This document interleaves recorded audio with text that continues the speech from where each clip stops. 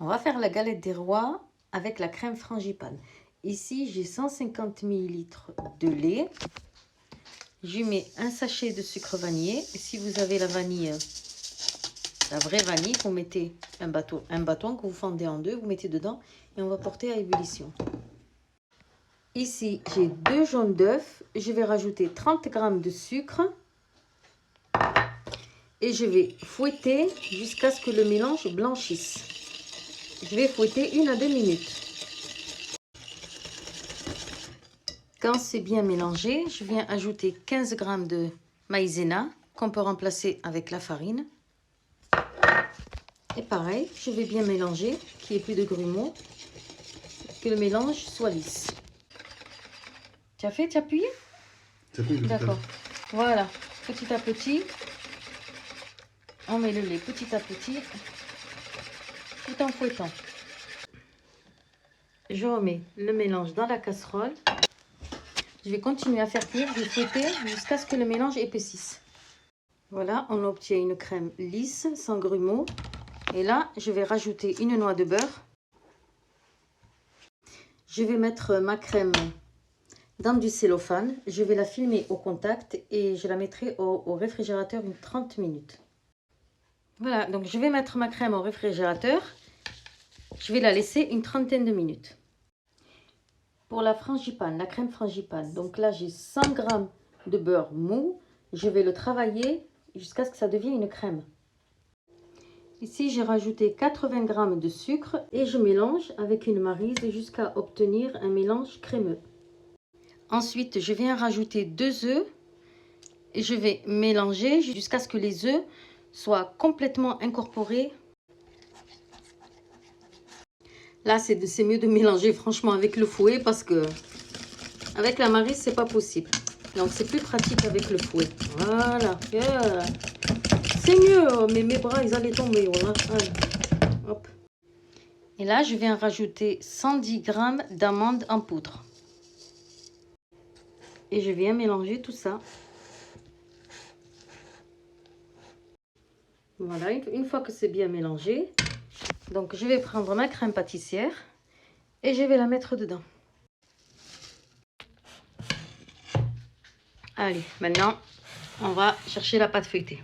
J'ai mis ma pâte feuilletée sur une plaque avec du papier cuisson. Donc, je dépose ma frangipane par-dessus.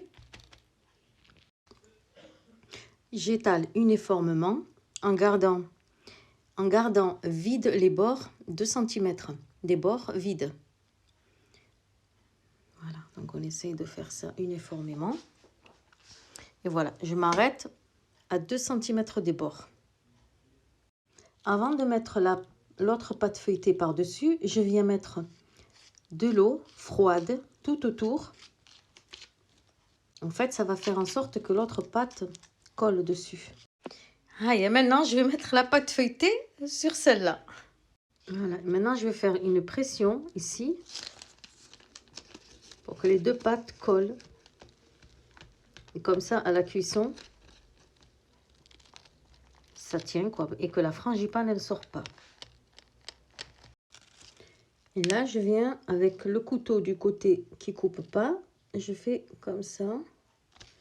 Voilà, je fais comme ça de l'extérieur. Je pousse à l'intérieur. Voilà, et je fais ça tout le tour. Ici, au milieu, je vais faire un petit trou, une petite cheminée pour permettre à la vapeur de s'échapper de là. Et là, on va faire une petite décoration. Donc, vous faites comme vous le sentez. Bismillah, donc je vais faire ça.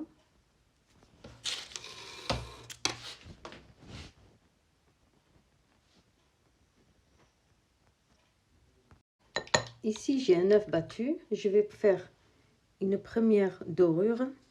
Donc, il faut éviter de mettre le jaune d'œuf sur les bords. Parce que sinon, ça ne va pas lever. Lors de la cuisson, vous n'aurez pas le feuilletage. Voilà.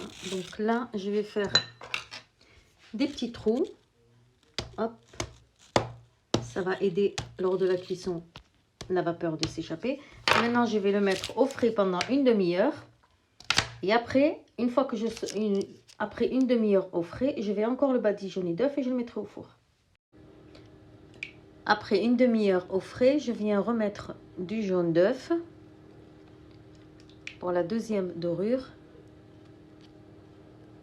Avant d'enfourner, j'ai le four qui est préchauffé à 200 degrés. Donc dès que je le mets dans le four, je baisse la température à 190. Je laisse cuire entre 40 et 45 minutes. Voilà, je mets au four pour 40 à 45 minutes de cuisson. Donc mon four est préchauffé à 200 degrés. Je vais baisser la température à 190. Je vais préparer un sirop, c'est facultatif, hein, mais c'est juste pour donner de la brillance. J'ai mis 50 g de sucre et 50 ml d'eau.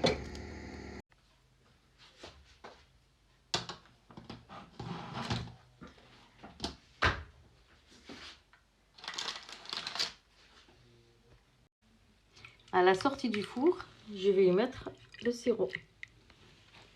Donc c'est facultatif, hein, c'est juste pour donner de la brillance. Vous n'êtes pas obligé de le faire. Maintenant, je vais la laisser refroidir.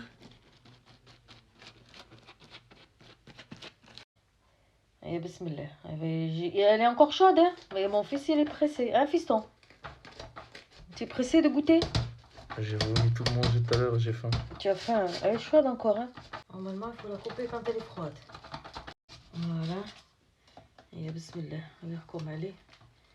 Approche-toi. Elle est chaude encore, hein?